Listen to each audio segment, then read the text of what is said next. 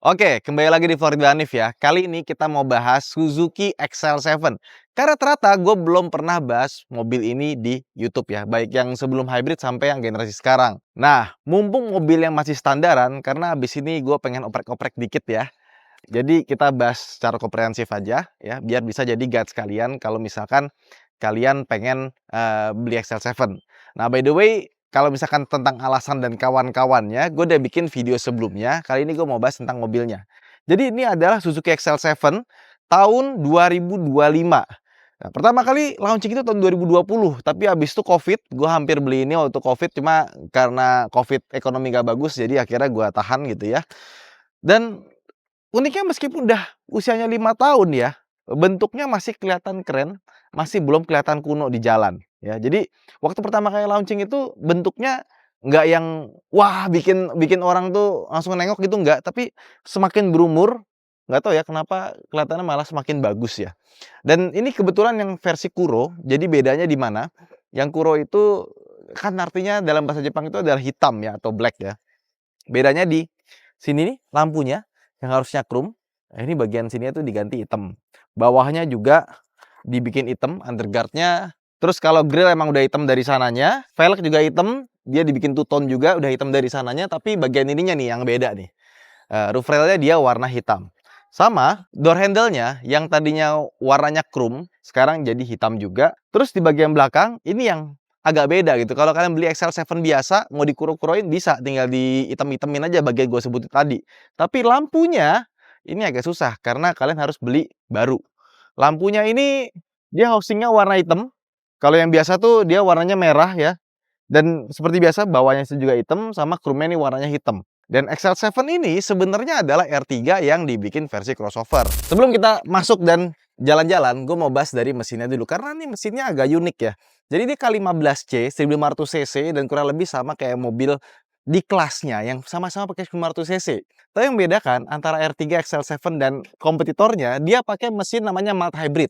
Jadi mild hybridnya itu, dia punya alternator, tapi juga alternator itu muterin mesin biar mesinnya jadi lebih enteng, dan untuk muter alternatornya itu pakai baterai yang beda. Dia pakai baterai 48 volt. Baterai 48 volt adanya di bangku baris pertama di sebelah kiri. Nah, di bawahnya ada baterainya tuh. Nah, terus pertanyaannya, kalau udah pakai mild hybrid gini, masih pakai dinamo starter nggak? Nah, sistemnya Suzuki itu beda. Jadi dia tetap pakai dinamo starter. Dan pas kita coba, kan mobil tuh biasanya ada auto start stop ya, yang kita berhenti di lampu merah atau lagi macet dan mesinnya mati kan. Nah, dia tuh kalau pakai mild hybrid Suzuki ini, pas kita auto start stopnya nyala, dia tuh nyalanya bisa lebih lama dibandingkan dengan mobil biasa. Dan kalau misalkan mesinnya harus nyala, dinamo starternya juga nyala, dan ketika kita gas untuk pertama kali, nanti si alternatornya tuh bantu muter. Muterinnya pakai apa? Dia langsung direct ke mesin pakai belt. Jadi pas dia baru jalan, barulah di situ hybridnya bekerja. Nah, pertanyaannya, emang pakai belt kuat dari alternator buat muterin mesin? Ya kuat lah. Motor matic kan semua pakai belt kan? Tuh bisa tuh pakai buat nanjak. Nah, ini juga sama, ini pakai belt, jadi dia muterin. Jadi lebih kayak ngeringanin kinerja mesin waktu dia angkatan pertama akselerasi gitu. Ya harusnya pabrikan lain ikut niru cara kerja Suzuki sih, karena tinggal nambahin baterai 48 volt ya. Terus nanti si alternatornya bisa ikut jadi dinamo waktu mobilnya lagi auto start stop. Udah sesimpel itu. Terus keluhan di R3 dengan mesin 1400 cc transmisi matic-nya itu kan jadi agak boyo ya, kurang ya. 100 HP aja nggak nyampe gitu. Nah, yang ini jadi lebih bagus. Tenaganya jadi 103 HP dan torsinya 138 Nm. Makanya kalau dibandingkan dengan R3, XL7 ini punya tenaga mesin yang lebih enak. Nah, terus untuk peleknya. Biasanya mobil zaman sekarang itu peleknya mulai pakai yang gede-gede, 17 inci, 18 inci gitu ya. Tapi mobil ini masih pakai 16 inci. Nah, ini ada kabar bagus, ada kabar jeleknya juga. Buat kalian yang seneng gaya, ya emang cupu gitu, cuma 16 inci. Tapi buat kalian yang mau pakai mobil ini dalam waktu lama ya, 16 inci dengan ukuran 195/60 R16, ini ban harganya masih terjangkau dibandingkan dengan 17-18. Terus kita juga dapat talang air, dan pintu tengahnya masih kayak R3 yang lama ya. XL7 dan R3 yang sekarang itu juga pintu tengahnya gede. Jadi kalau kita buka tuh, dia lega sekali. Sama kalau kita mau ke belakang, masih sama kayak R3 model sebelumnya. Nah, seperti ini dia cara bukanya. Yuk kita masuk belakang. Kalau kita versi paling mundur, itu nggak dapat ruang sama sekali. Tapi ini tetap lebih lega dibandingkan dengan yang lama. Kalau mau enak, tengahnya dimajuin ya. Terus ini kita buka. Nah, belakang sini bisa kita mundurin. Dan di belakang sini ya, ini kursinya juga cukup lebar loh. Gue duduk dipetokin sebelah kanan, ini masih ada space ya. Cuma kalau untuk bertiga sih agak sempit. Sebelah kanan ada tempat buat nyenderin tangan, ada cup holder, dan colokan listrik 12 volt juga ada di sebelah kiri. Jadi buat kalian yang pengen ngecas di belakang itu bisa. Jadi si XL7 atau R3 yang baru ya, itu kan interiornya sama, cuma beda fitur sama beda pattern dia. Sekarang jadi lebih lega, dan yang gue suka nih, kaca belakang ya, itu jadi gede banget. Nah, yuk sekarang kita ke tengah. Tinggal dimundurin seperti ini. Oke. Ini di belakang. Ini kita sudah paling majuin ya, karena belakangnya pengen dapat space. Ini tetap masih lega loh. Ini dengan posisi duduk gue tadi di depan. Ya, jadi kursinya ini panjang ya. Biasanya kan kursi dipendekin biar kita masih ada space di sini ya. Ini enggak, ini benar-benar dipanjangin ya. Terus kalau kita merasa kita nggak ada orang di belakang, kita mau mentokin. Wow, space-nya juga lega sekali. Terus kita dapat armrest, di belakang sini ada colokan 12 volt sama ada buat naruh sesuatu di bagian sini. Ya, tapi satu hal ya, dibandingkan dengan R3 yang sebelumnya, meskipun yang sekarang jadi lebih lega, lebih gede. Penggunaan material plastik sama bahan-bahan kulit di sininya ya, fabriknya juga. Itu menurut gua masih bagusan R3 yang lama. Nah, terus di sini ada AC double blower-nya ya. AC-nya normal-normal aja, kecepatannya ada 1 2 3. Oke, yuk sekarang kita ke bagian depan. Masuk ke dalam interiornya. Secara desain, gue suka bagian kayu-kayunya ini ya. Warna hitam dan rasanya mewah sampai ke bagian kanan sampai ke sini juga. Dan materialnya semuanya masih pakai plastik ya. Jadi nggak ada empuk-empukannya di bagian interior. Ini kita dapat armrest bisa dimajuin, cuma emang agak goyang. Rem tangannya masih pakai mode manual dan transmisinya Matic 4 percepatan. Terus ke bagian AC-nya dia sudah pakai kontrol digital dan dia ada arah semburan AC-nya. Sama, di atasnya ini ada head unit ya, tapi head unitnya ini ternyata belum Apple CarPlay sama Android Auto. Jadi kalau kita colokin, itu bisa nyambung ke mirroringnya. Ya, jadi pas kita pakai itu dia ada mirroringnya, tapi sayangnya belum Apple CarPlay sama Android Auto. Terus ke atas dia ada spion digital yang sudah ada dashcam-nya. Jadi dia ada dashcam depan sama belakang, udah bawaan dari sananya. Kemudian untuk speedometer, gue suka sama desainnya, bagus. Kalau dibandingkan dengan yang sebelumnya, dia tuh layar tengahnya udah pakai layar digital full TFT kayak punyanya Baleno. Di sini kita bisa atur tampilannya. Di sini tuh ada toggle di sini ya. Kita pencet. Kalau kita putar itu jadi brightness-nya. Sama dia tuh nggak ada menunya ya. Jadi kalau mau buka menu caranya, ini di kiri kanan tuh ada 2 toggle ya. Jadi kita pencet kanan kiri secara bersamaan. Nah, baru dia bisa masuk ke settings ya. Jadi settingsnya itu dibikin tersembunyi. Distance unitnya bisa diatur ya, kilometer atau miles, fuel economy, language, fuel reset, temperatur. Kurang lebih seperti itu. Jadi ada banyak sebenarnya bisa disetting, cuma dibikin tersembunyi. Nah, dia sudah pakai auto lamp ya, push start stop engine button, sama kuncinya karena dia hybrid dibikin warna biru seperti ini. Sama di sebelah kanan dia ada cruise control, tapi dia nggak adaptif ya. Jadi ADAS-nya belum ada. Sama untuk power window, dia yang auto cuma depan kanan doang ya. Bisa dilipat. Let's go, sekarang kita mau jalan dulu. Gaskan.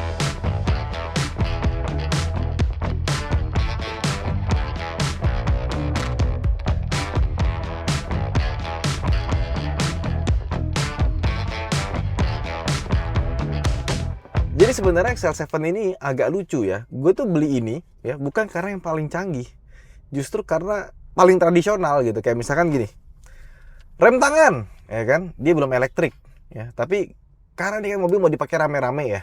Dipakai mertua gua, dipakai ipar gua, dipakai sama saudara dari istri gua kan yang emang biasanya nyetir mertua gua kan. Artinya ketika gue cari penggantinya R3 karena dipakai rame-rame dan bukan gua yang make terus gitu kan.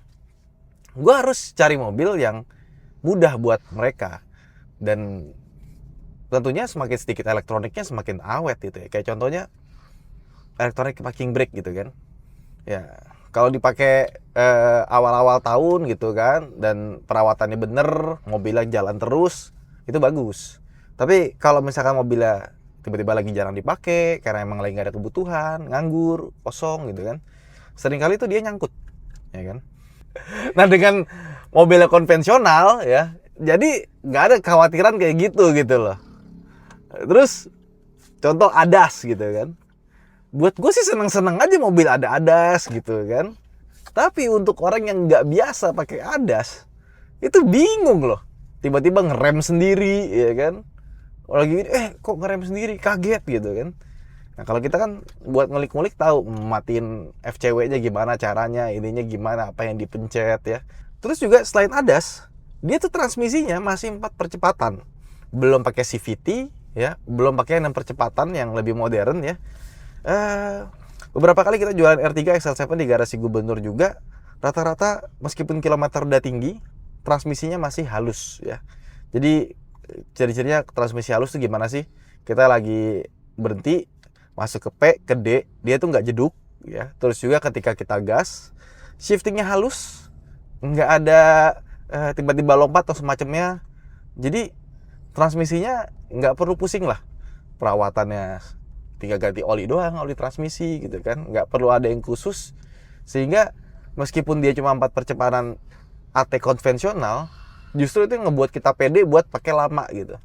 Jadi benar-benar mobil yang lo beli, terus ya udah nggak usah dipusingin, nggak usah dipikirin gitu. Ya dia tinggal lo isi bensin, servisnya gratis sampai 50.000 kilo ya kan. Jadi mobil tuh sederhana, fitur-fitur modern yang kadang-kadang bikin kagok dan orang harus belajar nggak ada di sini. Jadi itu menurut gue jadi nilai penting. Tapi untuk masalah safety tetap ada. Kayak contohnya stability control tetap ada ya kan, dan bisa dimatiin mencet di sini. Cuma kan nggak perlu juga dimatiin ya. Dan mobil stability controlnya itu makin bagus. Airbag-nya juga udah ada, ABS juga ada gitu ya. Jadi yang mandatori itu semuanya ada gitu. Ini juga kayak misalkan ada cruise control ya. Gue yakin juga karena kita juga jarang naik tol ya, pakai mobil ini, gue rasa sih bakal banyak nggak kepake juga gitu. Tapi ketika kita bandingin sama R3 lama ke XL7, itu perubahannya berasa gitu. Pertama, posisi duduknya bisa lebih rendah dibandingkan dengan R3 yang lama ya. Meskipun dia belum ada teleskopiknya, tapi dia cukup maju. Jadi gue dapetin posisi duduk yang pas itu gampang. Dan yang gue suka dari XL7, dia tuh kaca depannya dia cukup tegak ya. Pilarnya tebel tapi ketarik ke belakang sehingga kita blind spotnya itu sedikit gitu. Jadi pas kita duduk di mobil ini, ngeliat kiri kanan, depan, kap mesinnya bisa kelihatan, itu buat nyetir itu pede gitu. Ini salah satu yang gue suka dari mobil ini, karena seperti R3 yang sebelumnya, mobil ini tuh nyaman. Dia punya peredaman kabin yang relatif bagus untuk di kelasnya. Terus juga suspensinya juga empuk ya. Sama handling ya, itu not that bad. Jadi dia masih lincah dan setirnya tuh masih gampang diprediksi gitu. Masih cukup fun to drive. Cuma seperti yang udah-udah, tentunya mobil nggak gue biarin standar dong. Gue biasanya kalau modifikasi itu lebih ke kenyamanan. Jadi modifikasi itu nggak ngurangin kenyamanan, justru harusnya menambah kenyamanan. Ganti pelek, terus ada stiker dikit ya di bagian pintu, biar agak sedikit manis. Roof rack sedikit aja ya. Pokoknya lebih ke arah nyaman lah ya. Biar kalau misalkan kita pakai lama itu makin betah. Jadi tunggu aja nanti hasil modifikasi seperti apa ya. Yang pasti kalian bisa ngikutin modifikasi yang kita lakukan.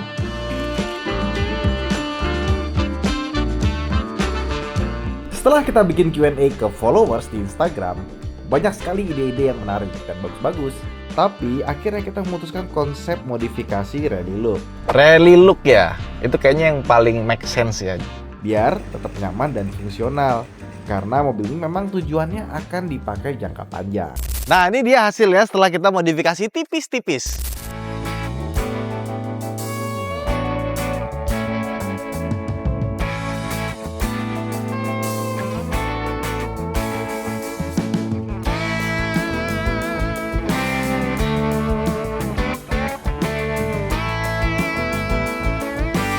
Ya. Jadi kalau kalian lihat dari luar, itu nggak banyak bedanya kalau dari depan nih. Paling kita tambahin aksen sedikit. Di sini ada side marker, jadi kayak mobil-mobil di Amerika gitu ada oren-orennya ya. Terus velg, ini juga kita ubah. Kita pakai velg dari Torsion, tipe yang Dakar. Dan ini desainnya rally look ya. Jadi kayak mobil rally ya, dan bannya juga kita ganti yang lebih tebal. Kita pakai ban dari Hankook, tipenya Vetus Prime 3 ya, dengan kontrol teknologi, dimana gripnya bagus. Terus dipakainya senyap. Nah, kalau kalian mau ganti dengan ukuran yang sama kayak gua, harus agak ditekuk sedikit inner fendernya. Kalau enggak nanti dia mentok pas belok. Tapi pas gua lihat sih aman sih, normal-normal aja. Dan yang paling penting, ban ini dibuat di Indonesia. Dia made in Indonesia. Cakep ya? Jadi bulat, jadi pas gitu. Dilihat fitmentnya. Padahal shockbreaker, per, semuanya standar. Nah, terus bagian roof rack-nya ini kita kasih sama kayak punya mobil kita yang sebelumnya dari Wild Forest 4WD ya. Terus decal juga kita tambahin dikit ya. Seperti ini. Tipis-tipis aja. Terus belakangnya kita kasih fog lamp. Tipis-tipis aja, cuma 1 biji doang. Karena emang pertama secara fungsi dapat. Jadi nggak cuma buat gaya. Kalau ke dalam nggak banyak yang diubah karena bawaannya udah bagus sih sebenarnya. Gue suka sama interior hitamnya ini karena kalau tadinya warnanya beige, coklat atau semacamnya, gue akan ganti ke kulit yang warna hitam. Tapi karena udah bawaannya hitam, nggak perlu lagi. Nah, terus ini juga kita pasangin dashcam. Ini juga kita pakai Blackfoot-nya yang Elite 8. Kenapa yang Elite 8? Kenapa nggak yang versi di bawahnya apa di atasnya lagi? Ya karena dia itu standby-nya bisa sampai 2 bulan. Makan daya akinya itu kecil sekali. Bahkan yang paling kecil di sebuah dashcam. Makanya standby dengan aki standar, dia bisa sampai 2 bulan. Dan kalau misalkan akinya udah mulai kecil voltasenya, dia akan otomatis cut off biar mobil tetap bisa di starter gitu. Jadi nggak bikin mobil jadi soak juga. Mobil ini kan juga gue rencananya mau pakai sampai 11 tahun lagi sama kayak R3 yang sebelumnya. Jadi ya, kenapa pasang Blackview juga? Karena gue juga berharap ya, gue pakai Blackview tuh pertama kali 2018 atau 2019 kali ya. Udah 7 tahun, ya alhamdulillah semuanya belum ada yang rusak ya. Cuma paling yang tipe-tipe yang lama yang gue pakai di zaman sekarang udah nggak ada lagi tuh unitnya. Yang ini karena baru pasti masih ada nih. Ini pasti mau dilepas nih. Lepas dulu yuk. Oh, ini dia. Harus dilepas ini. Kenapa? Karena itu ada lubang-lubang ini untuk mengeluarkan udara panas. Nah, biar adem. Oke, sekarang sudah dilepas. Kaca film kita pakai Solar Guard Black Phantom, tapi yang depannya kita pakai yang 20%, samping kanan kiri belakangnya itu kita pakai yang 40%. Nah, cuman ternyata 40% ya dari luar itu tetap ini ya, tetap kelihatan gelap ya. Jadi nggak perlu 60%, nggak perlu 80%, 40% aja dari luar sudah gelap. Pas banget buat mobilnya yang atapnya di blackout, kacanya juga dibikin blackout seperti ini. Cakep. Ya wes, itu aja mungkin modif tipis-tipis yang kita lakukan di mobil ini ya. Kita akan pakai mobil ini kurang lebih 11 tahun lagi. Jadi semoga modifikasi yang kita tempelin di mobil ini juga bisa bertahan sampai 11 tahun lagi. Itu aja mungkin video kita kali ini. Sampai jumpa di video berikutnya. Bye bye.